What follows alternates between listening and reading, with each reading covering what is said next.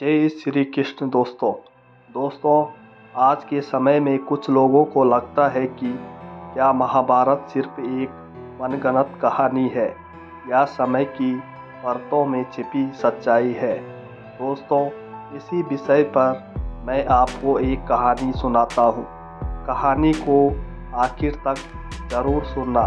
दोस्तों, रात का समय था। गुजरात की एक शांत कॉलोनी में स्थित अपने छोटे से कमरे में सुखदेव खिड़की के पास बैठा था। बाहर हल्की हवा चल रही थी, लेकिन उसके मन में तूफान था। उसके सामने खुली थी एक किताब, महाभारत। सुखदेव एक आधुनिक सोच वाला लड़का था, विज्ञान में विश्वास करने वाला, हर चीज को परिणाम से परखने वाला, लेकिन आज वह उलझ गया था। उसने खुद से सवाल किया, क्या महाभारत सच में हुआ था या ये सिर्फ एक मनगढ़ंत कहानी है, एक मिथक है।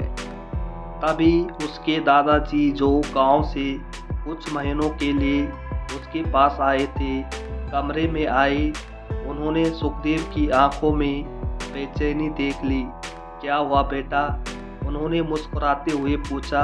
सुखदेव ने किताब बंद की और बोला, दादाजी, क्या आपको सच में लगता है कि महाभारत हुआ था? इतने बड़े युद्ध, दिव्य अस्त्र, भगवान का अवतार, ये सब कैसे संभव है? क्या ये सिर्फ एक कल्पना नहीं है? दादाजी धीरे से हंसे। अगर मैं कहूँ कि ये सिर्फ कहानी नहीं बल्कि एक ऐसी सच्चाई है जिसे समय ने ढक दिया है, तो सुखदेव चौंक गया। कैसे? दादाजी ने पास रखी कुर्सी खींची और बैठ गए। मैं तुम्हें एक कहानी सुनाता हूँ, उन्होंने कहा। एक ऐसी कहानी जो तुम्हारे इस सवाल का जवाब खुद देगी। बहुत समय पहले एक युवा शोध करता था, कमल। वह भी तुम्हारी तरह सोचता था। उसे लगता था कि महाभारत एक मिथक है, बस एक धार्मिक ग्रंथ जिसमें बढ़ा चढ़ाकर बातें लिखी गई है। कमल ने इतिहास में पीएचडी की थी और उसका लक्ष्य था महाभारत को मिथक साबित करना। वह भारत आया और कुरुक्षेत्र की यात्रा पर निकला। कुरुक्षेत्र की वही भूमि जहां महाभारत का युद्ध हुआ था। कमल ने सोचा, अगर ये युद्ध हुआ होता तो इसके कुछ तो परिणाम मिलते। उसने खुदाई शुरू करवाई। कई दिन बीते, लेकिन कुछ खास नहीं मिला। एक दिन जब वह अकेले एक पुराने तालाब के पास बैठा था, उसे एक वृद्ध साधु दिखाई दिए। साधु ने पूछा, क्या खोज रहे हो पुत्र? कमल ने कहा, सच्चाई। मैं जानना चाहता हूँ कि महाभारत सच है या मिथक। साधु मुस्कुराए। सच्चाई सिर्फ मिट्टी में नहीं मिलती, उसे देखने के लिए दृष्टि चाहिए। कमल को उनकी बात अजीब लगी, लेकिन उसने ध्यान नहीं दिया। उस रात कमल अपने टेंट में सो रहा था। अचानक उसे एक अजीब सपना आया। वह खुद को एक विशाल मैदान में खड़ा देखता है। चारों ओर सेना, शंखनाद, रथों की गर्जना। उसने देखा सामने अर्जुन खड़े हैं और उनके रथ पर कृष्ण सारथी है। कमल घबरा गया। ये कैसे संभव है? तभी कृष्ण उसकी ओर मुड़े और मुस्कुराए। तुम सत्य खोजने आए हो कमल?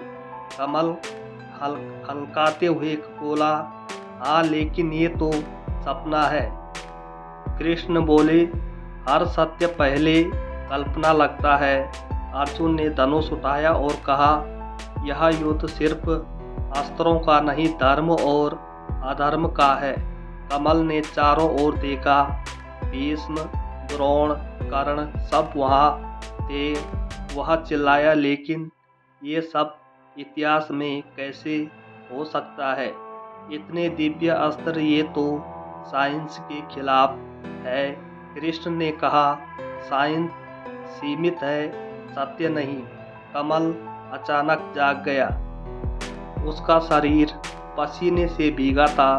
ये क्या था? उसने खुद से पूछा। अगले दिन उसने फिर खुदाई शुरू की।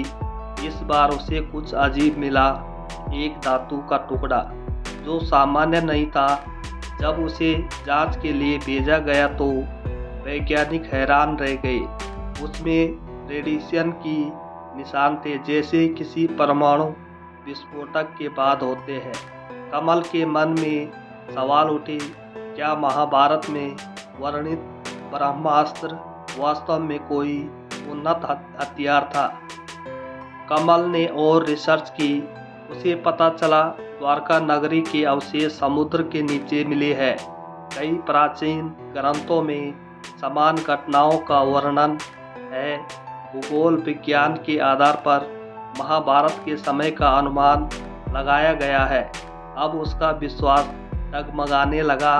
क्या ये सब सिर्फ संयोग है? उसने सोचा हुआ वह फिर उस साधु के पास गया। मुझे जवाब चाहिए, उसने कहा। साधु बोले, तुम्हें क्या लगता है?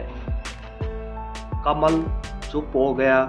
शायद महाभारत सिर्फ कहानी नहीं है, लेकिन पूरी तरह समझ भी नहीं पा रहा हो।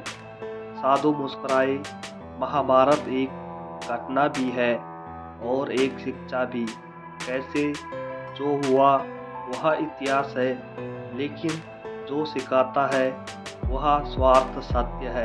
साधु ने कहा, महाभारत को मिथक मानना आसान है, क्योंकि हम उसकी गहराई को समझ नहीं पाते। वो युद्ध बाहर भी हुआ था और हर इंसान के भीतर भी होता है।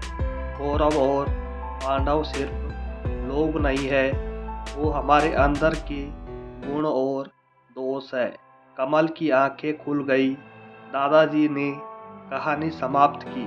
सुखदेव गहरे विचार में डूब गया।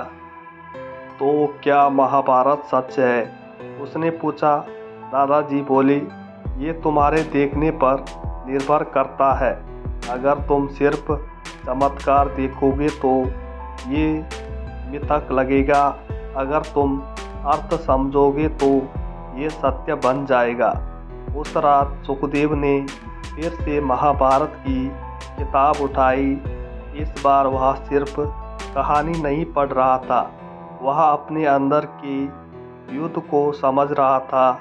उसे एहसास हुआ, महाभारत सिर्फ अतीत नहीं है, ये हर दिन हमारे अंदर घटता है। महाभारत मिथक है या सत्य? शायद दोनों है, क्योंकि जो इतिहास था वह समय में हो गया और जो सत्य है वह आज भी जीवित है। दोस्तों, महाभारत को सिर्फ चमत्कारों से मत आके उसे समझे, उसमें छिपे ज्ञान को पहचाने, क्योंकि कभी कभी सबसे बड़ी सच्चाई वही होती है जिसे हम मिथक समझ लेते हैं। कहानी अच्छी लगी हो तो चैनल को सब्सक्राइब जरूर करें।